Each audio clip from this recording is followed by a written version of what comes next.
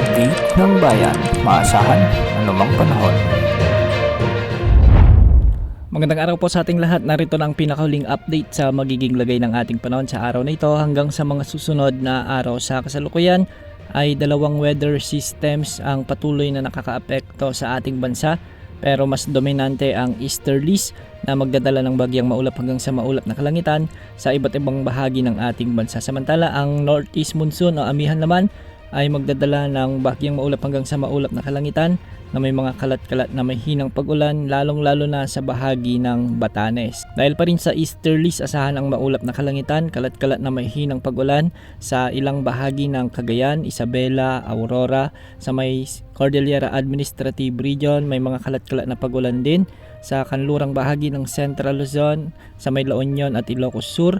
Samantalang sa Mimaropa, may mga kalat-kalat na pag-ulan dulot pa rin ng easterlies. Sa Metro Manila, maulap na kalangitan din na may mga isolated rain showers at ganitong panahon din ang inaasahan sa Calabarzon at sa Bicol region. Samantala sa Visayas naman, may mga kalat-kalat na mga kaulapan ngayon na nagdadala ng maulap na kalangitan at isolated rain showers and thunderstorms sa kanluran at timog na bahagi ng Panay Island, sa gitna at hilagang bahagi ng Negros Island region, sa halos buong Cebu province, sa malaking bahagi ng Bohol at sa halos buong Eastern Visayas. Mag-ingat po dahil posible pa rin ang banta ng mga biglaang pagbaha o pagguho ng lupa. Sa Mindanao, may mga kaulapan din, dulot pa rin ito ng easterlies sa Zamboanga Peninsula, sa may Northern Mindanao, Sorsogon. Medyo malalakas din ang mga pag-ulan sa ilang bahagi ng Caraga at Davao region.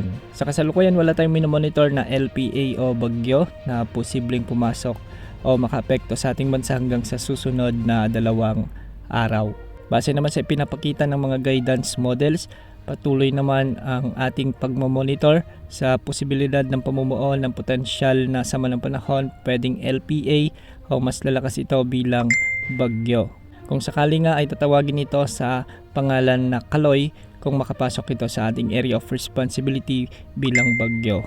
Base sa mga pagtataya ay nakikitang papasok ito sa susunod na linggo, ngunit hindi naman ito nakikitang lalapit o tatama sa ating bansa.